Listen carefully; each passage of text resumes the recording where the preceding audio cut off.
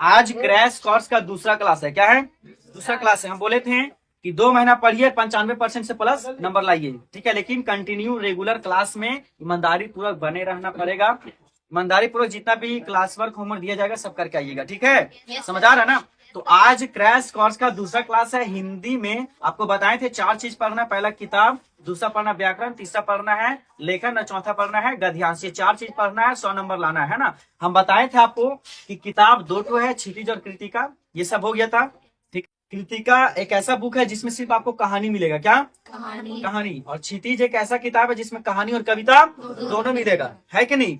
जो कहानी को लिखता है उसको लेखक कहते हैं। क्या कहते हैं? और जो कविता को लिखता है उसको कवि कहते हैं, है ना।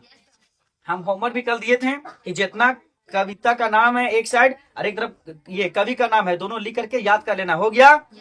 बहुत खूब। इंग्लिश में भी बोले थे कि एक तरफ जितना पोएम का नाम है एक तरफ पोएट का नाम है, सारा लिख करके याद कर लेना। हो गया? ठीक है। अब ऐसा हम क्यों बोले थे? चूंकि बाबू 4 लाइन हिंदी किताब का कविता दे देगा और बोलेगा कि यह पंक्ति किस कविता से ली गई है ना। पहला क्वेश्चन तो जैसे उधा वाला कविता उठा करके दे देगा और क्वेश्चन पूछ देगा कि यह पंक्ति किस कविता से ली गई है, तो आप क्या लिखिएगा? कविता का नाम पद, है ना। उसके बाद दूसरा क्वेश्चन पूछेगा इस कविता के कवि का क्या नाम है, तो सूरदास।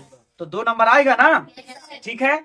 तो हम इस किताब का पहला चैप्टर हम शुरू करते हैं। तो पहला चैप्टर आपका क्या है? पद। सॉरी, पहला चैप्टर आपका कविता है और उस कविता का क्या नाम है? पद, जो कि ब्रज भाषा में लिखा गया है ना। और इस कविता के कवि का क्या नाम है? सूरदास। क्या? सूरदास। तो आप लोग को आज हम बता रहे हैं ये ब्रज भाषा में है, जो कि आप लोग नहीं समझ पाइएगा। तो ये 5 से 6 पद में लिखा गया है। तो पद नंबर 1 उसका हिंदी लिख करके, फिर पद नंबर 2 लिख करके हिंदी, और हम आपको ये नोट्स सेंड कर देंगे। आप लोग लिख लीजिएगा, एक बार पढ़ के आइएगा। कल इसको हम क्लास में समझा देंगे। ये आज का होमवर्क है, ठीक है। कल एक चैप्टर पूरा कंप्लीट हो जाएगा, ठीक है। चलिए, ठीक है। अब बाबू कहानी के बाद हम आते हैं व्याकरण। क्या आते हैं? अब आपको बताए थे कि व्याकरण में 7 टॉपिक पढ़ना है। कितना? 7। उसमें से पहला टॉपिक हम बताए थे क्या है? क्रिया। क्या? तो चलिए आज बाबू एक आपको बताते हैं, ये 2 से 3 दिन का टॉपिक है, लेकिन आपको बताते हैं एक दिन नहीं, अभी 10 से 15 मिनट में टॉपिक क्लियर हो जाएगा। साथ ही साथ आपको ये भी बताएंगे कि मैट्रिक के एग्जाम में, बोर्ड के एग्जाम में किस तरह से क्वेश्चन इस टॉपिक से डायरेक्ट पूछा जाएगा, है ना। समझ आ रहा है? तो देखिए, चलिए हम शुरू करते हैं। बाबू क्रिया को इंग्लिश में कहते हैं वर्ब। क्या कहते हैं? वर्ब, है ना। तो सबसे पहले परिभाषा को जानना पड़ेगा कि क्रिया होता क्या है ना। तो आपको बता दें, एक नया चीज नहीं है। आप लोग जानते हैं ना, काम क्या होता है? किसी भी चीज को करना, है ना। समझ में आ रहा है? खेलना क्या एक काम है, पढ़ना क्या एक काम है, खेलना कूदना मारना पीटना बोलना ये सब क्या है? काम है ना बाबू। इसी को ही क्रिया कहते हैं। तो बोलेगा क्या सर, परिभाषा कैसे बोलेंगे? तो देखो, जिस शब्द से किसी काम का बोध हो, बोलो, जिस शब्द से किसी काम का बोध हो उसे क्रिया कहते हैं। उसे क्रिया कहते हैं। समझ में आ गया ना? जैसे खेलना कूदना मारना पीटना दौड़ना देखना इत्यादि, है ना। समझ आया? मतलब कि ऐसा शब्द जिसके अंत में ना आएगा। क्या आएगा? लेकिन याद रहे कि वो कोई काम होना चाहिए। आपको बोल देगा सुनैना, ये कोई काम नहीं बाबू, एक नाम है, एक लड़की का नाम है, तो ये क्रिया नहीं होगा, ये संज्ञा कहलाएगा। क्या? संज्ञा। अर्चना एक नाम है, किसका? लड़की का। तो जो नाम, देखो किसी का नाम मतलब क्या बोलते हैं, किसी चीज का अगर हम नाम लेते हैं तो वो कहलाता है संज्ञा, है ना। लेकिन किसी काम के बारे में हम बताते हैं तो वो कहलाता है क्रिया। तो जिस शब्द से किसी काम का बोध उसे क्या कहेंगे? क्रिया कहेंगे, है ना। समझ में आ गया? क्रिया को दूसरा भाषा में बोलते हैं बाबू कार्य। क्या बोलते हैं? कार्य। और कार्य माने काम। कौन सी? काम। तो समझ में आ गया? अब इसको लिखना नहीं है, अब इसका नोट्स हम आपको सेंड कर देंगे। चूंकि ये क्रैश कोर्स है, 1 साल का कोर्स हमको 2 महीना में कंप्लीट करना है ना। तो आप लोग को समझ आ गया कि नहीं आया? अब बाबू हमको पढ़ना है क्रिया के भेद। क्या पढ़ना है? क्रिया के भेद। चलो अब ध्यान से सुनो बाबू, क्रिया के 2 भेद, सकर्मक क्रिया और अकर्मक क्रिया। अब हम जानेंगे कि सकर्मक क्रिया क्या होता है, अकर्मक क्रिया क्या होता है, इसको कैसे पहचानेंगे, है ना। और बोर्ड एग्जाम में किस तरह का क्वेश्चन आता है वो भी हम डायरेक्टली आप लोग को बताएंगे। तो सबसे पहले पढ़ेंगे सकर्मक क्रिया, है ना। देखो क्रिया के कितने भेद होते हैं? 2। पहला सकर्मक क्रिया, दूसरा है अकर्मक क्रिया, है ना। अब देखो, अब ये दोनों का परिभाषा हम जानेंगे, है ना। देखो सकर्मक, है ना, सकर्मक का मतलब क्या होता है? कर्म साथ में, और अकर्मक मतलब कि कर्म साथ में नहीं हो। तो कोई पूछेगा कि सकर्मक क्रिया किसे कहते हैं, तो देखिए जिस वाक्य में, क्या? जिस वाक्य में कर्ता के साथ कर्म हो, कर्ता के साथ कर्म हो, उसे सकर्मक क्रिया कहते हैं। उसे सकर्मक क्रिया एक कहते बार रिवाइज करवाते हैं बाबू। कर्ता क्या होता है, कर्म क्या होता है। तो देखो किसी भी वाक्य में जो काम जिसके द्वारा किया जाता है, किसी भी वाक्य में जो भी काम और जिसके द्वारा किया जाता है वो कहलाता है कर्ता। जैसे एक हम एग्जांपल लेते हैं, पंछी आसमान में उड़ रहे हैं, आसमान में कौन उड़ रहा है, उड़ने का काम कौन कर रहा है। अगर पंछी नहीं रहेगा तो कौन उड़ेगा, उड़ेगा क्या, नहीं ना। तो पंछी कहलाएगा कर्ता। क्या कहलाएगा, कर्ता। बच्चे पढ़ रहे हैं, कर्ता क्या होगा, बच्चे। मेरी माँ खाना बना रही है, कर्ता क्या होगा, मेरी माँ। तो जो भी काम जिसके द्वारा किया जाता है उसको क्या बोलते हैं, कर्ता। आप बोलेंगे कर्म किसे कहते हैं, हम एक सेंटेंस बोलते हैं कि मैं पढ़ता हूँ, क्लियर पता चलता है क्या पढ़ते हैं। लेकिन बोलेंगे मैं इंग्लिश पढ़ता हूँ, ये तो आप लोग समझ जाएगा, अच्छा सर क्या पढ़ते हैं, इंग्लिश। उसके बाद हम बोलेंगे मैं खाता हूँ, क्या बोलेंगे, मैं खाता हूँ।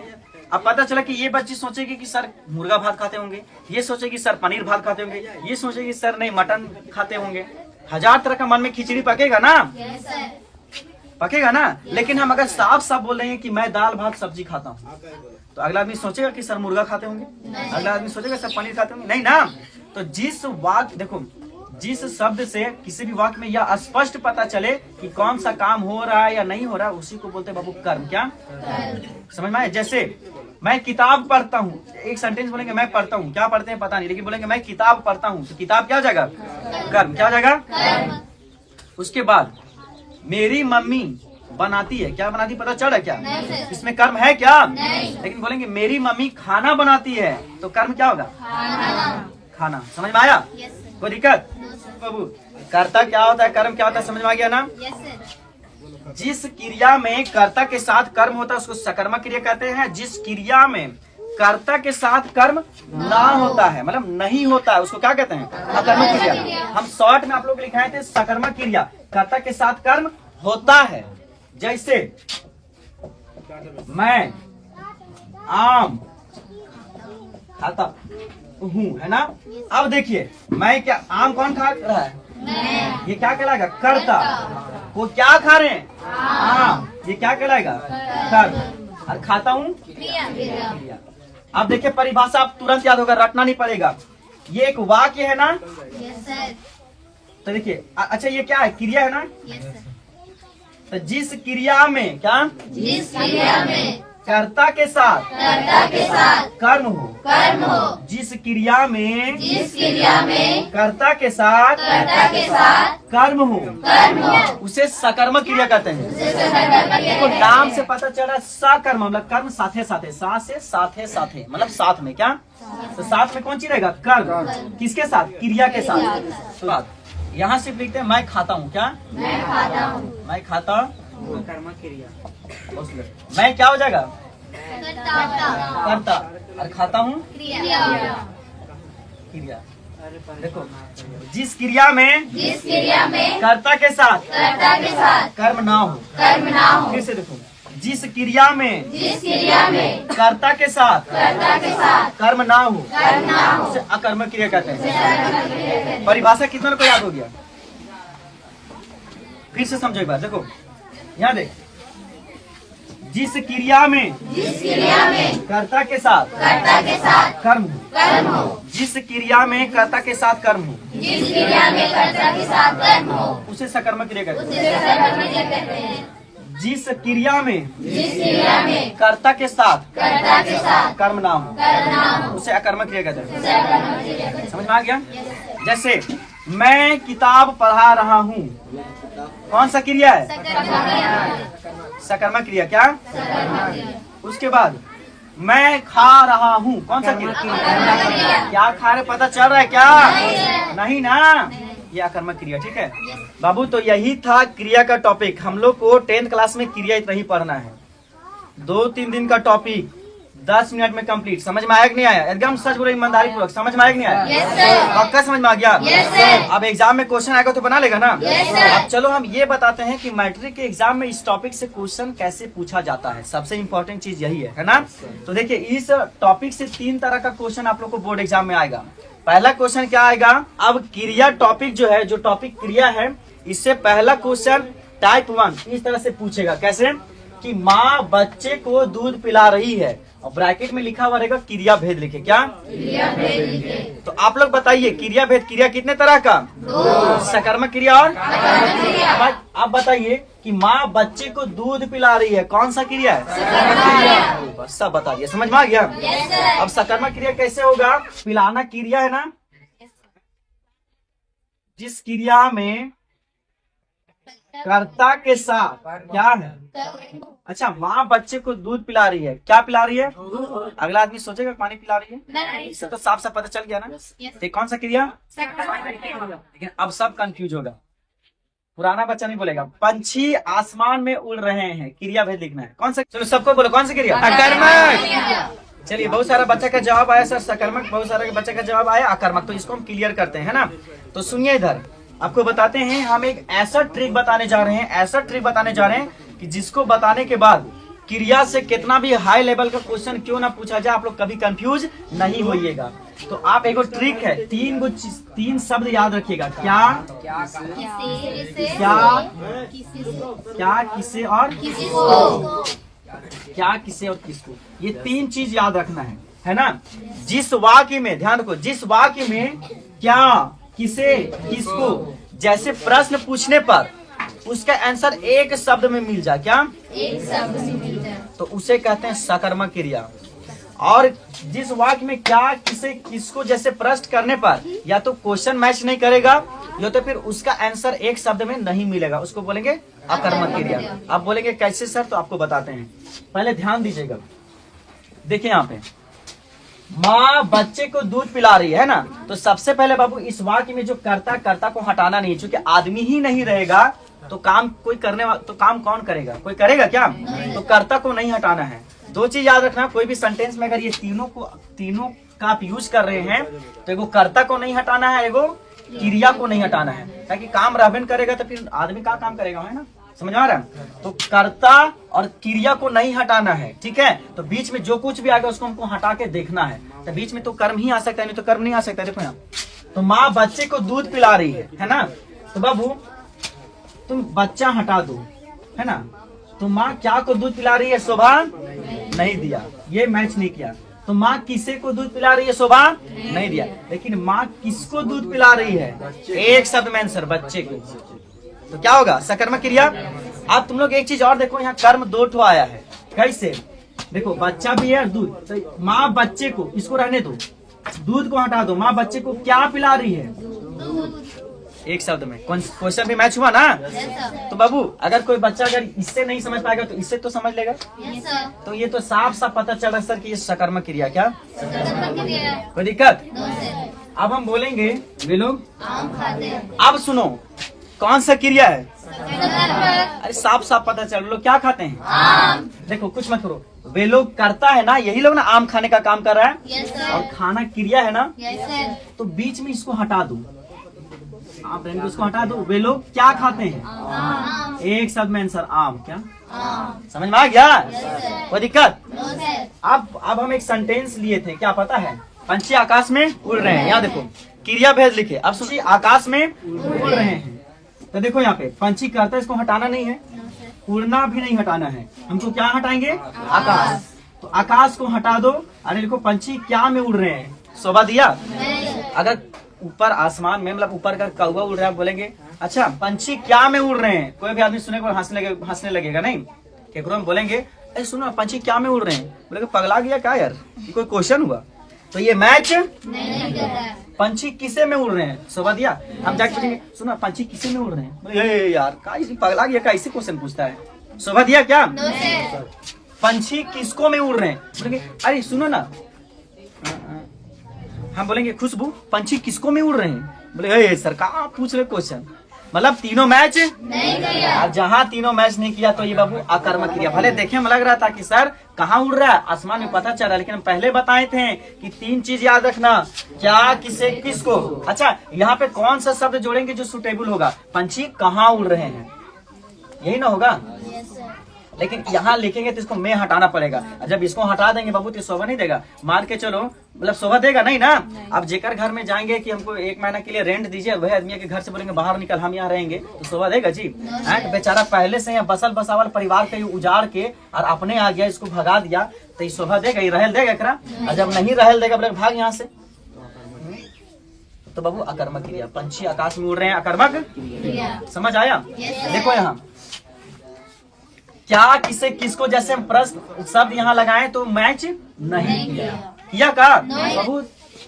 जिस वाक्य में क्या किसे किसको जैसे प्रश्न करने पर उसका आंसर एक शब्द में मिल जाए और वो सुटेबल हो जाए तो वो कहलाता है सकर्मक क्रिया। जिस वाक्य में क्या किसे किसको जैसे प्रश्न करने पर उसका आंसर एक शब्द में ना मिले और वो मैच ना करे तो वो अकर्मक क्रिया। तो पहला क्वेश्चन पूछेगा क्रिया भेद, समझ में आ गया? Yes, sir. पक्का ना? Yes, sir. अब दूसरा टाइप 2 कैसे क्वेश्चन पूछेगा आपको बताते हैं। टाइप 2 क्रिया से दूसरा क्वेश्चन आपको यही पूछेगा कि वे लोग आम खा रहे हैं, क्रिया पद छांट कर लिखना। क्या? क्रिया पद। तो आप लोग ध्यान दीजिए, वे लोग क्रिया है, नहीं। क्रिया माने काम, वे लोग कोई काम है क्या? ये तो आदमी इसको करता बोलेंगे क्या? करता। तो वे लोग क्रिया नहीं है। आम कोई क्रिया है? नहीं। लेकिन खेलना काम है ना, तो बस क्रिया पद ये हो गया, खाते हैं। सॉरी, वे लोग आम खाते हैं, तो क्या हो जाएगा? क्रिया पद। क्या? क्रिया पद। उसके बाद मैं पढ़ा रहा हूँ, यहाँ से अच्छा क्रिया कौन है? पढ़ाना। क्या? तो इसके बाद से जितना भी आएगा वो सारा क्रिया पद। बोलिए सर सिर्फ पढ़ाना क्रिया है तो इला क्या क्रिया, कैसे क्रिया हो जाएगा? तो एक बात बताते हैं, एग्जाम्पल हम पूछेंगे, बुरा नहीं मानेंगे, हम समझाने के लिए एग्जाम्पल दे रहे हैं। जैसे एक बच्ची खड़ा हो जाएगी है ना, सुजल खड़ा हो जाओ, कौन सा कास्ट का है बाबू? पासवान। जब सुजल पासवान तो एक पापा कौन ची? पासवान। इसके दादा कौन ची? इसके दादा के दादी कौन ची? सब पासवान ना। Yes, sir. तो बस वही कॉन्सेप्ट है कि अगर ये क्रिया थे बाद वाला सब है क्रिया। तो दिक्कत। तो बाबू क्रिया पद क्या हो जाएगा? पढ़ा रहा हूँ। क्या? अब एक आज नई बच्ची आई है, मुझसे जरा पूछ लेते हैं, मुनी तुम बताओ कि आप दौड़ रहे थे, क्रिया पद क्या होगा? जल्दी क्रिया पद छांट के लिखना है। आप दौड़ रहे थे। वाह, ताली बजाओ, बहुत सुंदर। देखो इसका आज पहला क्लास था, पहले क्लास में समझ गए कि क्रिया पद क्या होगा। बस आ गया तुम लोग को 2 नंबर, एक नंबर वो जो क्रिया भेद लिखे तो 1 नंबर ये। अब समझ में आ गया ना? ये 2 तरह का क्वेश्चन ये इससे पूछा जाता है। लेकिन अभी ऑब्जेक्टिव का टाइम है, एक और टाइप 3 का क्वेश्चन आ गया। कैसे? जिस वाक्य में देखो कैसे पूछेगा, कर्ता के साथ कर्म हो कहलाता है सकर्मक क्रिया, कर्मक क्रिया, इनमें से कोई नहीं। पहले बताएं, कर्ता के साथ कर्म रहेगा तो सकर्मक क्रिया, कर्ता के साथ कर्म नहीं रहेगा तो। उसके बाद फिर पूछेगा जिस क्रिया में कर्ता के साथ कर्म नहीं होता है वह क्या कहलाता है? क्या? कोई दिक्कत? ये 3 तरह का क्वेश्चन है ना। अब सुनो, तुम लोग एक चीज पढ़ा होगा, एक होता है धातु, एक होता है और जिसमें दुइयो लक्षण होता है उसको, जिसमें दोनों का गुण होता है उसको। तो उसी प्रकार से एक होता है सकर्मक क्रिया, एक होता है अकर्मक क्रिया। लेकिन जिसमें दुइयों का गुण होता है, आप लोग को एक चीज और पढ़ना है, प्रेरणार्थक क्रिया। क्या? प्रेरणार्थक क्रिया, है ना? समझ में आया? ये रेयर केस में पूछ लिया जाता है, इसलिए ध्यान दीजिए। देखो ऐसा वाक्य जिसमें कर्ता, ऐसा वाक्य जिसमें कर्ता कोई भी काम अपने से ना करके दूसरे से करवाता है, ऐसे वाक्य को प्रेरणार्थक क्रिया कहेंगे। क्या? जैसे मालिक ने नौकर से खाना बनवाया, मतलब मालिक खुद, आदमी खुद खाना नहीं बनाया, अपना नौकर से बनवाया, प्रेरणार्थक क्रिया। कोई दिक्कत? उसके बाद एग्जाम्पल अभी हम पढ़ा रहे हैं, इसका वीडियो भी बन रहा है ना। तो वीडियो हम बना रहे क्या? हम दूसरा से बनवा रहे हैं ना। कैमरामैन कोई और है ना। तो जितेंद्र सर ने सिलोक से वीडियो बनवाया। हाँ? वीडियो हम खुद ना बना करके किसी और से बनवा रहे हैं, तो कोई दिक्कत? इसका एक जिस वाक्य में एक आदमी कोई भी काम अपने से ना करके दूसर से करवाता है। अब समझा? नहीं समझा तो जाओ बंद करो, छोड़ जल्दी। टेक्स्टर कहाँ है? इधर आओ जल्दी। कोई बात नहीं, लो आज इसको मिटाओ, आगे पढ़ाना है।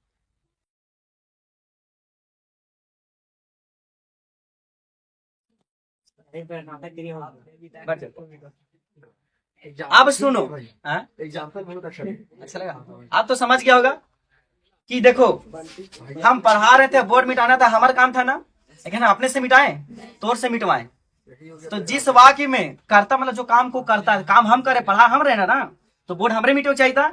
तो जिस वाक्य में कर्ता कोई भी काम अपने से ना करके दूसरा से करवाता है, या फिर एक चीज और देखना, ऑब्जेक्टिव का ये समय है, ऐसे भी पूछ सकता है। जिस वाक्य में कर्ता कोई भी काम अपने से ना करके दूसरे को करने के लिए प्रेरित करता है, प्रेरित मतलब बोलता है, उसको क्या कहते हैं? अब समझ में आए? जैसे जितेंद्र सर ने उस लड़के से बोर्ड को मिटवाया, समझ में आया? समझ में आया? कोई दिक्कत? अब एक चीज और याद रखना, कभी कभी पूछ लिया जाता है, जो कि हम मॉडल सेट में देखे थे, पढ़ना तो नहीं लेकिन उसमें दे दिया द्विकर्मक क्रिया। क्या? तो दो ठो कर्म होना चाहिए। अभी हम एक एग्जाम्पल दिए थे, माँ बच्चे को दूध पिलाती है, तो बच्चा भी कर्म कहलाएगा और दूध भी कहलाएगा, तो दो ठो कर्म आया ना। तो अगर ऐसे, अच्छा, माँ बच्चे को दूध पिलाती है, क्रिया भेद लिखें, अगर रहेगा सकर्मक या अकर्मक तो क्या कहलाएगा? सकर्मक। लेकिन वहां पे सुनो, इधर दो ठो ऑप्शन रहेगा, एक रहेगा द्विकर्मक और एक रहेगा अकर्मक, तब क्या लिखेगा? द्विकर्मक। तभी ये मत सोचना कि मास्टरवा काले वाला सकर्मक क्रिया है, सकर्मक है ना। अरे बाबू, सकर्मक ना है तो दो ठो कर्म है ना जी। माँ किसे दूध पिला रही? बच्चे को। और माँ क्या पिला रही है? तो दो ठो कर्म आया ना। क्या किसे किसको, जैसे प्रश्न दो जगह पर मैच कर रहा ना, तो ये जगह द्विकर्मक। ये बहुत कम ही पूछता है, सबसे ज्यादा आपको पूछेगा सकर्मक और अकर्मक क्रिया, और रेयर केस में पूछेगा आपको प्रेरणार्थक क्रिया। लेकिन बाय चांस अगर वो क्वेश्चन पूछ दिया, माँ बच्चे को दूध पिला रही है, और अगर देगा कि कौन सा क्रिया है, तो रहेगा वहां पे द्विकर्मक या अकर्मक, तब लिखना द्विकर्मक। लेकिन द्विकर्मक ना रहेगा सकर्मक और अकर्मक, तो क्या लिखेगा? कोई दिक्कत? अब सुनिए, क्रिया से इतना ही क्वेश्चन पूछेगा बोर्ड के एग्जाम में, ठीक है? आज जाइएगा और जितना साल से मतलब मैट्रिक एग्जाम हो रहा है, आप जाइएगा और मॉडल सेट उठा के देखिएगा और देखिएगा कि क्या इससे बाहर क्वेश्चन पूछा कि इसी तरह से क्वेश्चन पूछा है। आप जाकर के देख के बना के आइएगा। समझ आ रहा है? मॉडल सेट सबके पास होगा, ठीक है? वर्मा गैस वगैरह सबके पास होगा, भैया दीदी से मांग लेना और देखना कि क्रिया वाला टॉपिक से क्या ऐसा क्वेश्चन पूछा कि नहीं पूछा है, और मेरे से बन रहा कि नहीं बन रहा। गारंटी बता रहे हैं सबसे ये क्वेश्चन बन जाएगा। समझ में आ गया? कोई दिक्कत? ये था आज क्रैश कोर्स का दूसरा क्लास, ठीक है? ये हिंदी का ही एक टॉपिक कंप्लीट कर, एक चैप्टर भी कंप्लीट हो जाएगा। अब आ जाओ इंग्लिश। इंग्लिश का भी जितना सिलेबस है हिंदी के जैसा सेम है। उसमें दो ठो किताब पढ़ना है, इसमें भी दो ठो किताब पढ़ना है। उसमें ग्रामर पर व्याकरण पढ़ना था हिंदी में, इंग्लिश में भी ग्रामर पढ़ना है। हिंदी में पढ़ना था आपको लेखन, इसमें रिटेन पढ़ना है। उसमें था ये पत्र लेखन, इसमें letter writing, same to same, है ना? तो हम कल होमवर्क दिए थे कि इंग्लिश बुक में जितना भी पोएम है, पोएम का नाम और पोएट्स का नाम, और जितना भी स्टोरी है, स्टोरी का नाम और राइटर का नाम, ये सब कुछ हो गया था। आज आपको हम बताते हैं पहला नंबर पोएम क्या था? The Dust of Snow. The Dust of Snow। ठीक है, ये पोयम का जो समरी मतलब वो पोयम को अपने भाषा में लिख करके हम भेज देंगे।